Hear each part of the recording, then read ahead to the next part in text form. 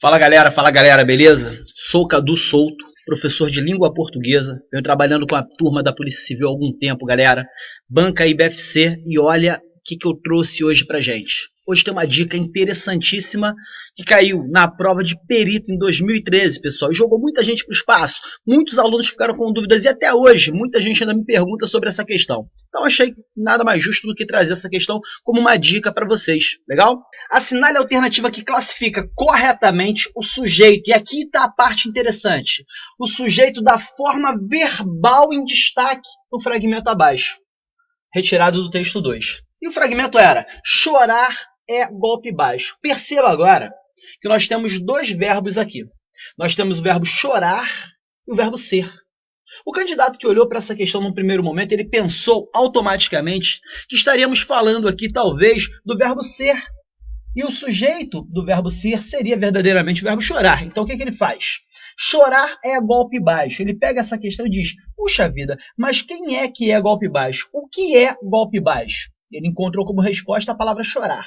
Nesse momento, ele foi correndo para a questão e assinalou como gabarito, aliás, a formação que indicava sujeito simples. Reparem, marcando aqui, acreditando que chorar fosse a questão marcada como sujeito do verbo ser. Mas essa questão era uma questão pegadinha. A IBFC, na verdade, ela não queria o sujeito do verbo ser. Ela queria o sujeito da forma verbal em destaque. Ou seja, o sujeito aqui seria, na verdade, o sujeito do verbo chorar. Repare que, assim como o verbo ser é um verbo, e vai ter possivelmente seu sujeito, o verbo chorar também é um verbo. E aí vai ter sujeito. Observe comigo, na verdade, a explicação clara para essa estrutura. Fumar é proibido. Olha que frase interessante. Fumar é proibido. Chorar parece pior. Frases comuns. Essa daqui, então, olha, fumar é proibido, ela pode vir até invertida. É proibido fumar. Já fizeram até canções com isso. Você já deve ter ouvido. Repare que ao falar assim, olha, fumar é proibido, repare que a forma verbal fumar também se encontra no infinitivo. Assim como aquela questão da prova da IBFC, aquela questãozinha da prova de perito. Chorar parece pior. Repare que chorar também se encontra no infinitivo. E aqui nós temos dois verbos, o verbo chorar, o verbo parecer, o verbo fumar e o verbo ser. Olha que interessante. Para que você visualize essa questão, a dica é a seguinte. O verbo, quando se apresenta no infinitivo, você não consegue visualizar quem é que está praticando diretamente a ação verbal, a não ser que haja um contexto maior indicando isso. Mas, normalmente, quando o verbo vem no infinitivo, é para indicar um sujeito, um caso especial de sujeito indeterminado. Quando você pega essa questão e desenvolve a oração, repare que está reduzida de infinitivo. É uma oração reduzida de infinitivo. Quando você desenvolve o verbo fumar e o verbo chorar, olha só como é que fica a nossa frase. Fumar é proibido, é o mesmo dizer, é proibido que fumem. Repare que essa estrutura toda, que fumem, é a mesma estrutura do verbo fumar aqui. Só que na frase de cima, fumar estava reduzida de infinitivo. Quando você desenvolve, então, você desenvolve para é proibido que fumem. E aí, quando você desenvolve, ficará mais fácil para você visualizar a questão. É proibido que fumem, que é o mesmo de dizer agora. É proibido que eles fumem.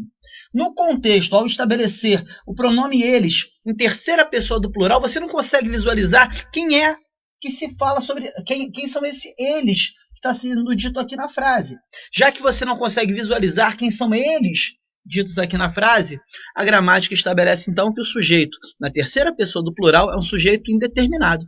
Para simplificar tudo, ao visualizar um verbo no infinitivo, lembre-se então que quando você desenvolver, você terá que desenvolver na terceira pessoa do plural. Então, ao encontrar uma questãozinha dessas lá na nossa próxima provinha da Polícia Civil, estabelecida pela Banca IBFC, você vai lembrar que, ao encontrar o verbo no infinitivo, o sujeito do verbo no infinitivo seria tomado o pronome eles, terceira pessoa do plural, sem determinação no contexto, isso passará a indicar o sujeito indeterminado, perfeito? Olha a segunda frase. Chorar parece pior.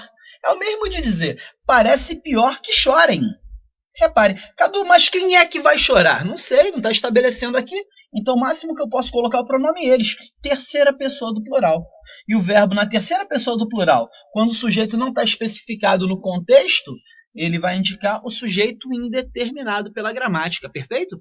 Todo mundo está acostumado sempre a visualizar sujeito indeterminado com verbo na terceira pessoa do plural ou com partícula C. A IBFC vem de maldade, com raiva, com ódio no coração, de olhos vermelhos e pelo branquinho, e coloca uma questão dessas para levar o candidato a raciocinar um pouquinho mais. Repara só a questão, galera. Perito Criminal 2013. Ah, garoto, tomara que uma questãozinha dessa volte agora na prova para que você possa destruir. Repare como fica fácil agora que você já sabe o conteúdo. Assinale a alternativa que classifica corretamente o sujeito da forma verbal. Olha, chorar. Chorar é golpe baixo. Repare, é golpe baixo que chorem. Percebeu?